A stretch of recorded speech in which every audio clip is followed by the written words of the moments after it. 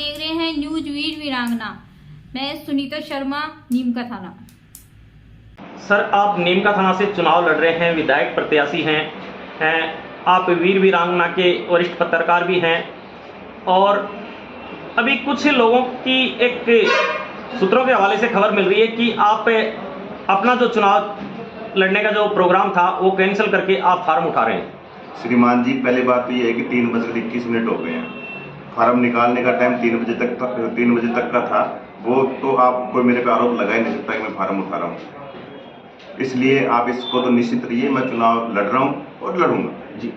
अशोक जी, लंबे समय से आप पत्रकारिता के क्षेत्र में कार्य कर रहे थे नीम का थाना से, अचानक राजनीति में आने का क्या उद्देश्य रहा? श्रीमान जी, मैंने कई बार इन जो हमारे पत्रकार बंधु हैं उनकी पीड़ा मेरे समझ में आई और मैं खुद पत्रकारिता कर रहा हूं, इसलिए मुझे देखने को मिला है कि कई पत्रकारों के मोबाइल खोस लिया जाता है, कई पत्रकारों के साथ दुर्व्यवहार किया जाता है, कई पत्रकारों के साथ सम्मानजनक व्यवहार नहीं किया जाता और इनको कुछ भी मानदेय नहीं मिलता, नहीं इनको कुछ जो रहने के लिए ठिकाना नहीं मिलता। ये लोगों की आवाजें उठाते हैं, इनकी खुद की आवाजें उठाने वाला कोई नहीं था, इसलिए मुझे मजबूरन होकर राजनीति में आना पड़ा। सर, कहीं जैसे पत्रकारों पे हमला होता है, पत्रकार एफआईआर को जाते हैं, एफआईआर दर्ज करवाने के लिए पुलिस भी उनको नकार देती है, इसका क्या कारण है? इसकी आवाज कैसे बुलंद हो? श्रीमान जी, इसके लिए हम सबको एकत्रित होकर एक जगह एकजुट होकर हमें आवाज उठानी चाहिए, क्योंकि दूसरे के भरोसे पे कभी भी हम जीत नहीं सकते। अगर आपको बंदूक चलानी है तो खुद के कंधे पे चलानी होगी और वो बंदूक मैंने अपने कंधे पे लेकर आपके भरोसे पे मैंने ये बंदूक चलाई है।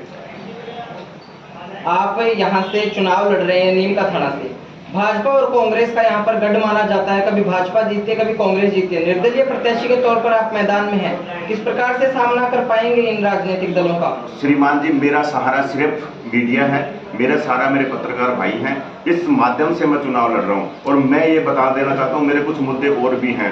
मैं चाहता हूं कि इस समाज को एक अच्छी राह मिले, मैं चाहता हूं कि हर पंचायत क्षेत्र में एक अच्छा कार्य हो, मैं चाहता हूं कि महिलाओं को सम्मान मिले, मैं चाहता हूं कि जो वृद्धा पेंशन है उसको बढ़नी चाहिए जिससे उनको पूरा सम्मान मिले, मैं चाहता हूं कि युवाओं को रोजगार मिले। आजकल सबसे बड़ी विडंबना है कि इनका ब्याह शादी भी नहीं हो रहा है, कारण कि इनके पास रोजगार नहीं है और नहीं रहने का कोई ठिकाना है, इस तरीके से इनका जो व्यवहार है वो नहीं मिल पाता। इस वजह से मुझे मैदान में चुनाव लड़ रहा हूं और मैं विश्वास दिलाता हूं ये लोग मेरे साथ रहेंगे और मुझे पूर्ण विश्वास है कि मेरा सहयोग भी करेंगे। आपने बताया है कि पत्रकारों के लिए आप ये लड़ाई जो है वो लड़ रहे हैं और चुनावी मैदान में उतरे हैं, तो क्या स्थानीय पत्रकारों का और अन्य पत्रकारों का सहयोग आपको मिल पा रहा है? श्रीमान जी, मेरा प्रयास तो ये है और मैं ये भी क्लियर कर दूं कि कुछ पत्रकार बंधुओं ने मुझे पैसे देकर मेरा फॉर्म भरवाया और उन्होंने वादा भी किया कि हम लोग आपके साथ हैं, आप हमारी आवाज उठाइए और मैं विश्वास है कि मेरे पत्रकार साथी कभी भी मेरा बुरा नहीं करेंगे। मैं उनके भरोसे पे चुनाव लड़ रहा हूं और उनकी मांगों को लेकर मैं चुनाव लड़ रहा हूं। सर, नीम का थाना जिले के सभी पत्रकार सम्मिलित हैं या आपके पाटन क्षेत्र के ही पत्रकार सम्मिलित हैं इसमें? श्रीमान जी, मेरे को तो पूर्ण विश्वास है कि सभी सम्मिलित रहेंगे, बाकी सब हरी इच्छा है।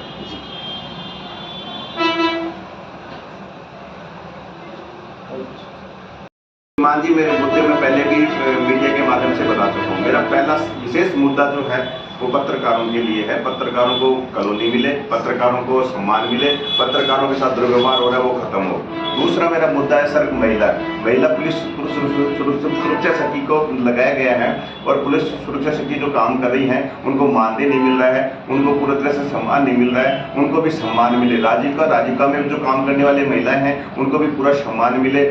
जो पुलिस सुरक्षा सखी हैं, राजीविका हैं, आंगनबाड़ी कार्यकर्ता हैं और भी जो बहुत सी महिलाएं हैं जो काम कर रही है, मैं ये चाहता हूँ गृहिणी को भी रोजगार मिले, उद्योग के क्षेत्र में रोजगार मिले जिससे वो अपना भरण पोषण कर सके और उनको सम्मानजनक जिंदगी जी सके। मैं चाहता हूं कि जो अपने कृषि जो खेती के जो किसान भाई हैं उनको पूरी तरह से जो कर्जा माफी की जो बातें करती हैं सरकारें, आज तक कर्जा माफ नहीं हुआ है, सिर्फ कहने और कथनी में बहुत फर्क हो रहा है। मैं चाहता हूं कि उनको सम्मानजनक कार्य मिले, उनका जो कर्जा माफी हो और जो बीज जो भाड़ा है जो उनको पूरी तरह से फ्री मिले। और जो लाइट की बातें करते हैं सरकार की, हमने 2000 लाइटें फ्री दी है, बिजली यूनिट फ्री दी है, तो ऐसा कुछ नहीं हुआ, अभी तक किसानों को इसका फायदा नहीं मिला है। मैं चाहता हूं कि बेरोजगार युवाओं को पूरी तरीके से रोजगार मिले और मैं चाहता हूं कि इनको सम्मानजनक जिंदगी जीने का सहारा मिले जिससे इनका ब्याह शादी भी हो सके। क्योंकि आज आप देख सकते हैं जिस तरीके से इनका ब्याह शादी नहीं हो रहा है, क्यों नहीं हो रहा है? क्योंकि इनके पास रोजगार नहीं है। कुछ लोग सिर्फ नौकरी को विशेष ध्यान देते हैं। मैं सर आपने पत्रकारों की आवाज़ उठाई है,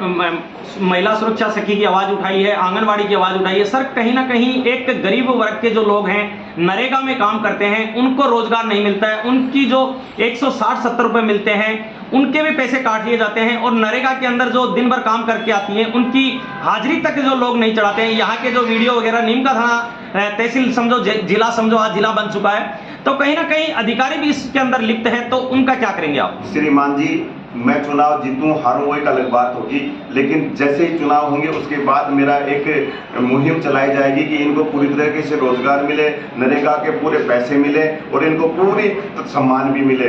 इनके लिए एक मैं धरना प्रदर्शन भी इस मैदान में उतर कर करूंगा।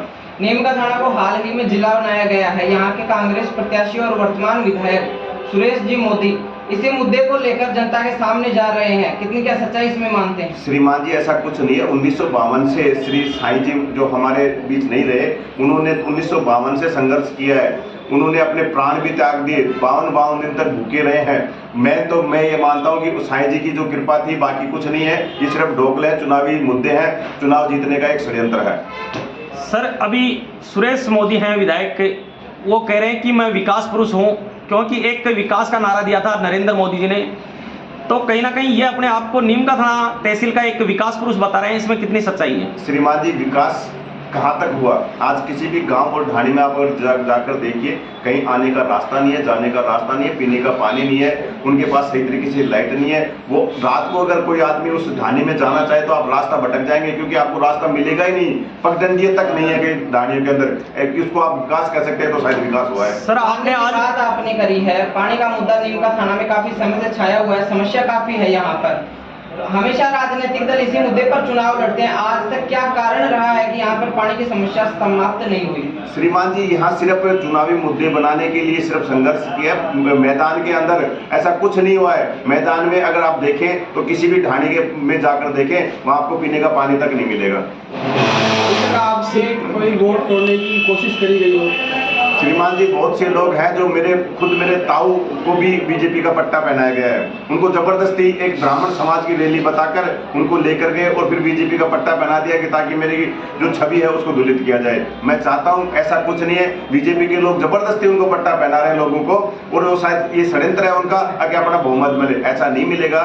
श्रीमान जी, चुनाव लड़ना है तो एक शुद्ध तरीके से लड़े, किसी को जबरदस्ती दुपट्टा पहनाने से कोई बीजेपी का नहीं बन जाता है। यहाँ से भाजपा प्रत्याशी प्रेम सिंह जी बाजोर, उन पर आरोप लगते हैं कि वह यहाँ के स्थानीय नहीं है, इस मुद्दे पर क्या कहना चाहेंगे आप? श्रीमान जी, प्रेम सिंह बाजोर साहब सिर्फ एक हवाई है।